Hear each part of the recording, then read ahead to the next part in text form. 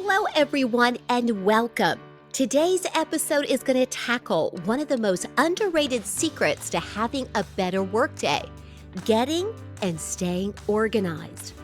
Now, listen, whether your calendar is already color-coded or whether your desk is currently buried under 3 coffee mugs and a pile of sticky notes, this episode is for you. So come back and join me for episode 77, where we'll talk about it all right here on the Career Woman's Secret Playbook podcast. Are you a strong, independent woman who's passionate about her career? Then this podcast is perfect for you. Based on her book, The Career Woman's Secret Playbook, career coach Dr. Dawn Hamby shares the kind of insider secrets you can only know if you've hired, fired, and promoted employees over the past 30 years. Ladies, I'm on a mission to help busy women just like you create a career and life you love without sacrificing your work-life balance to get it. Come join me as we inspire and motivate each other only as women can, and have lots of fun along the way. With Dr. Dawn's tools, strategies, and action steps, you can unleash your personal and professional power in a whole new way. Here's today's episode. Well, welcome back, ladies. Today is episode 77, and I am so glad you are here. Now, if you've been listening to us for a while or watching us on YouTube, you know your girl, Dr. Dawn, loves statistics. Hey, I wouldn't have a doctorate if I didn't love research, right? I can't help myself. Well, I loved this one and wanted to share this one with you. According to the National Association of Professional Organizers, did you know that over 80% of today's professionals feel more productive in an organized workspace? That makes so much sense to me. There's a reason professional organizers are very popular, okay? And reasons why they exist is because we all know if we walk into a cluttered environment, it really does affect us emotionally, psychologically, not to mention the fact that we can't find things when we need them. Now, clutter, I've always said, is affecting you more than you think. I've noticed that with my own staff. I've noticed that definitely in my own life and in the lives of my clients. I have a whole episode about how clutter may be affecting you, so I'll be sure to link that in the iCard above on YouTube, also in the show notes and in the description box. Now, if you're a first-time listener to the podcast, I'm always going to do that, by the way. So check out the show notes or the description box if you're watching us on YouTube, and I link all the videos that I mentioned right there for you. So back to clutter. Especially in the workplace, another statistic that's very staggering to me and kind of says it all is that today's professionals will lose at least 1 hour each and every day because of disorganization. You guys, we're talking about 5 hours per week. That's a lot of productivity lost just because there's a lot of clutter. Now, if you need even more convincing, then let me tell you a little story about Oprah Winfrey. Now, again, if you've been following us for a while, you know I believe everything Oprah. So if Oprah says it, if you're not convinced because I've said it to you, then surely you're going to believe this now. And the story goes like this. She's been interviewed many times about her secrets to success. And do you know that she credits being organized and having routines as 2 reasons why she's been so successful? You guys, that makes a lot of sense to me. We all have, even Oprah only has the same amount of time each and every day, right? Now, remember in my time management workshop and in my time management videos, I'll go ahead and put the playlist here as well. But I say this all the time. It's important, pun intended, right? But it's important that you don't think of your day as a 24-hour day. There's no way you're going to have the motivation to get organized when you factor in how many hours you should be getting for sleep, right? For most of us, that should be 7 to 8 hours. If you factor in how long the workday is, and when you factor in the workday, If you're commuting, for example, you need to also add that. So it adds up. If you're lucky enough to have a full-time job with benefits, right? Who's not grateful for that? Then that's 40 hours per week minimum that you have to take out of your schedule, or 8 hours per day. So instead of thinking of a 24-hour day, start thinking about a 168-hour week. If you do the same math, you end up with 72 hours each and every week, people. That's magical. You don't believe me? There's whole books written about this subject. So when I do time management workshops, if you missed our last one, it was about mastering your time, space, and schedule. So space definitely has to do with organization. Don't worry about that. I've got blog posts about this. You can head to our website at drdawnshoptalk.com. You can check that out. We also have some web classes you might be interested in. I also, like I said, have a whole playlist about time management, and organization's always a part of that. Here's something else to think about. Our episodes purposely drop on Monday. Why would that be? Well, you probably guessed it. How you start your Monday really can affect the rest of your week. I've seen this firsthand. I have been fortunate to supervise amazing staff, pretty large departments, in fact. And whether I was supervising 330 or 300, it doesn't matter. The issues were the same. How do we start the week? How do we tackle the workday? How do we make it an amazing day so that we're not wasting time? So think about this. Organization really can be the secret to your success. If you've tried everything else, even if you are organized, like I mentioned in the intro, you might have color coding working to your advantage, whether it's file folders, your desktop, whether it's your calendar. Even someone like myself that teaches about organization and time management, there's always something new I can learn. Being a lifelong learner definitely is something we should all aspire to, because things always change. You're always able to learn something new.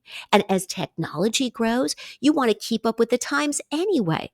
So who knows what kind of organizational systems might be right around the corner to help us all stay on top of things so that our time is something we truly are a master of.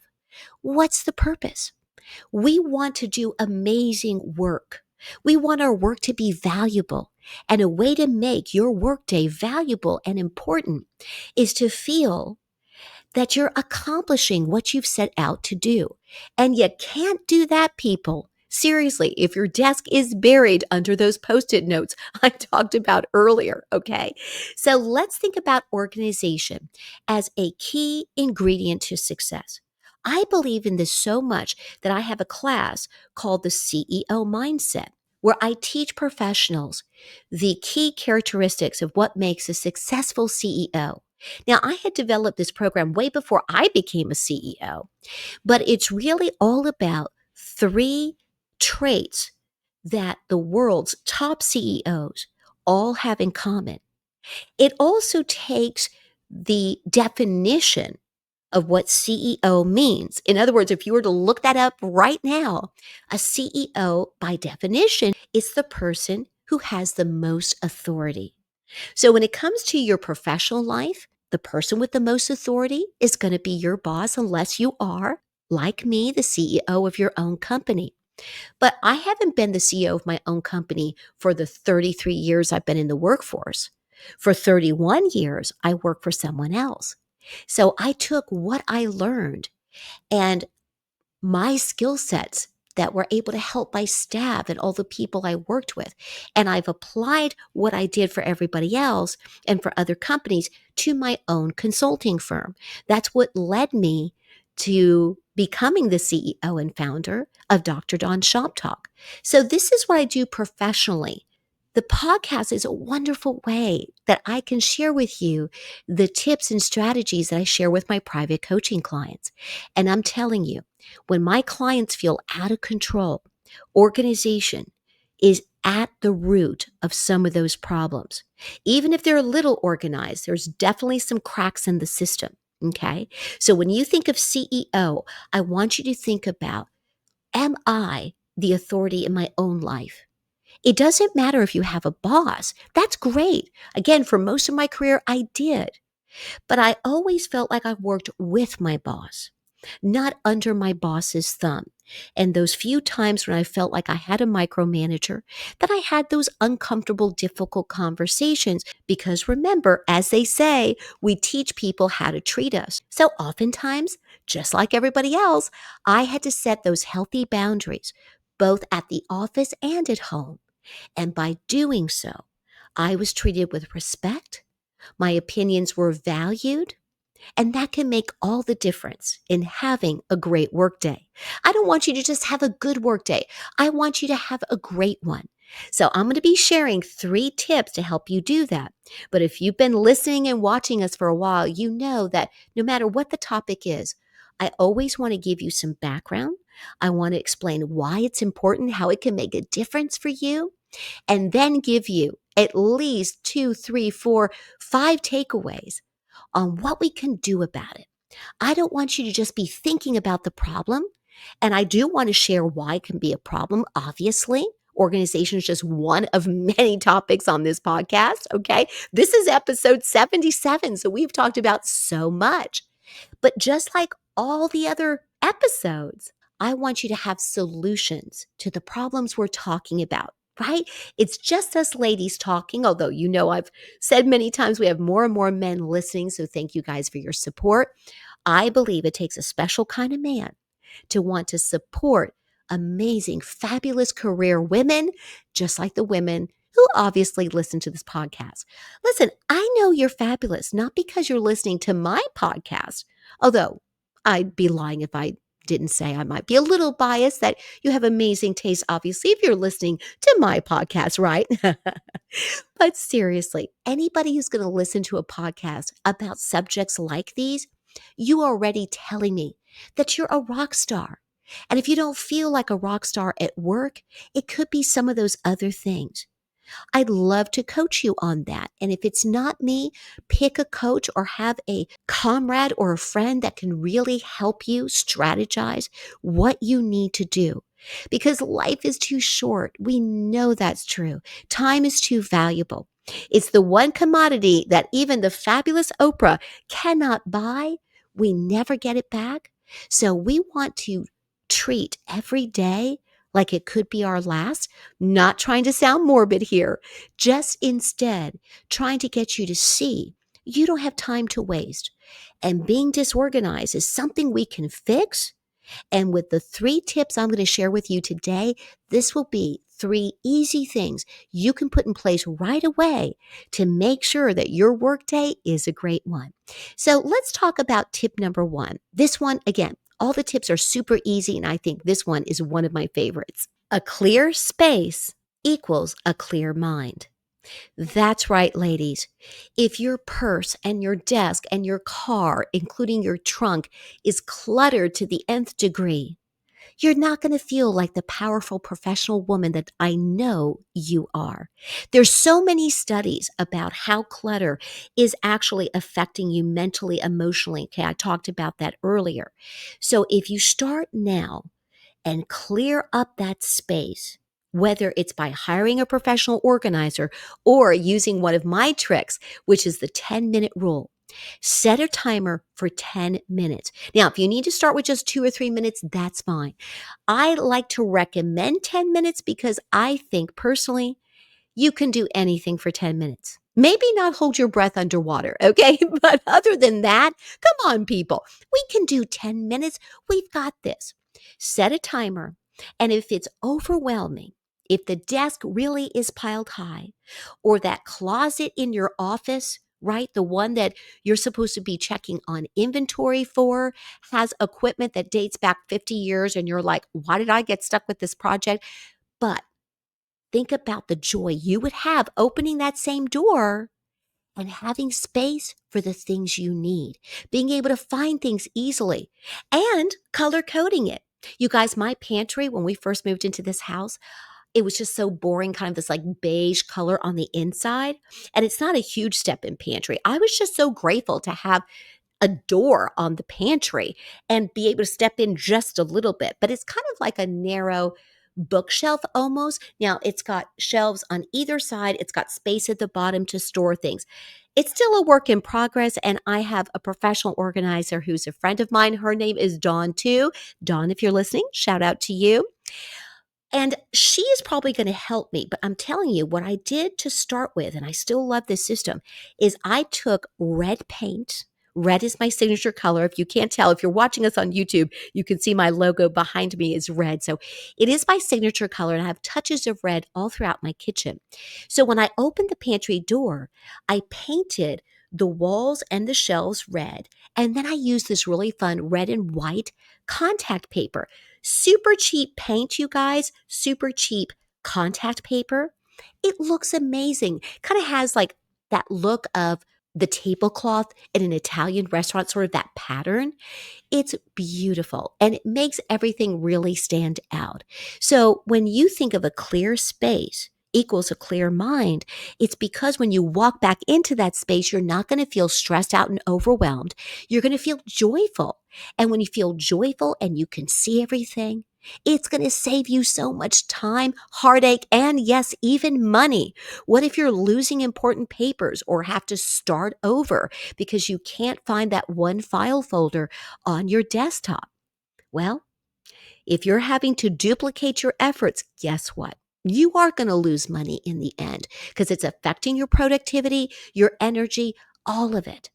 So give yourself the treat of being organized, you guys, and start with that first tip. It's a simple one, but powerful one. Moving on to tip number 2. I want you to make a must-do list instead of just relying on a to-do list. Now, listen, I love a to-do list. If you're watching us on YouTube, I'm going to insert a picture here of a sample of one of my to-do lists. The one for Monday, I love this one. Do you see that it says girl boss on there? Okay. So you see that mine does say to do, but this is something I share with my private coaching clients. So they already understand that it really is something they must do. You see the powerful difference between thinking of something that we should do, that to do list, versus something we must. When we tell ourselves this is really something we must do, we're going to tackle it in a whole new way. Now, does that mean that if you don't get done with all of your must do's or to do's, that you're behind and that you're doing a terrible job? Absolutely not. Most of the time, people put way too much on their to do list. So even though my personal list that I create for my clients and my staff have 5 things they focus on in the morning and 5 that they focus on in the afternoon, there's a second column as well. So that really is like a total of 10 tasks in the morning and in the afternoon. I call it my Focus 5 to-do list because it is something that can be helpful if you break it down into those smaller steps. So it's something I sell on my website. You're welcome to pick up a copy if you'd like. My coaching clients get this for free. But in any case, no matter what the system is, you have to be able to focus on a certain number of things at a time. And time has to be somewhat urgent, at least on your MITs. Your MITs, you guys, are your most important tasks. Make sure that you have at least 2 to 3 of those a day, at the most 5. And we're talking the whole workday. Think about this. If you got 1 or 2 of your most important tasks done each and every day, of course, you're going to have a better workday. You're going to feel so much more productive and proud of your efforts, as you should. Last but not least, tip number 3. I want you to block your time with boundaries. Now, any of my clients listening, you know, or if you've attended any of my workshops, you know, your girl loves time blocking. Time blocking is when you actually take your calendar and you batch your tasks and you batch similar tasks together in a time block with those buffers I mentioned. Now, I always tell my clients this, but if you just say time blocking, I think the buffering kind of gets lost. So that's why I wanted to talk about it on the podcast today. When I say boundaries, that's really what I mean. I want you to buffer the amount of time you think you need by 30%. So, in other words, think about how long it takes to write a well thought out email or to complete a report or to run those statistics. Most of my clients struggle with either underestimating how long things take or overestimating. That's why I've always recommended becoming your own time PI. In other words, your own time private investigator.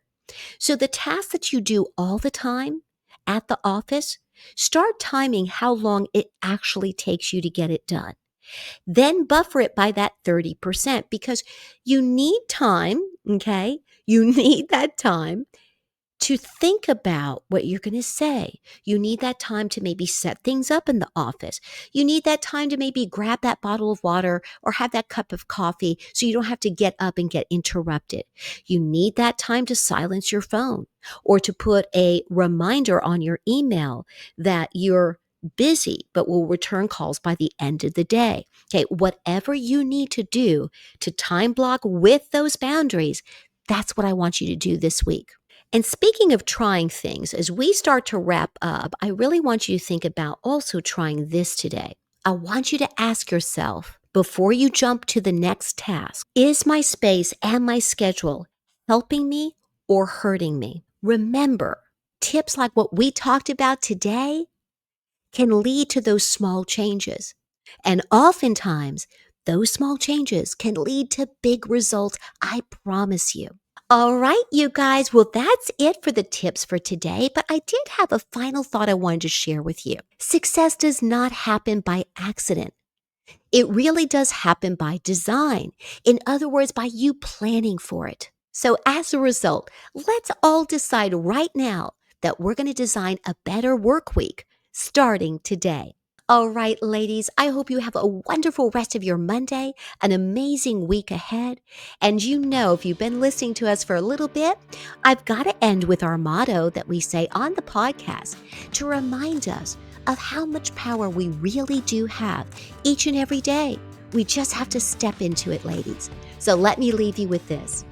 If you are not having a fantastic workday, you have the power to make it one. Till next time, ladies, you've got this. I know our episode is over, but this is just the beginning. If you're ready to take action but don't know where to start, just head over to drdonshoptalk.com for lots of free resources, ways to work together, and for even more. Subscribe to the Dr. Dawn Shop Talk YouTube channel. Remember, ladies, you don't have to take this journey alone. I've got you covered. Till next time.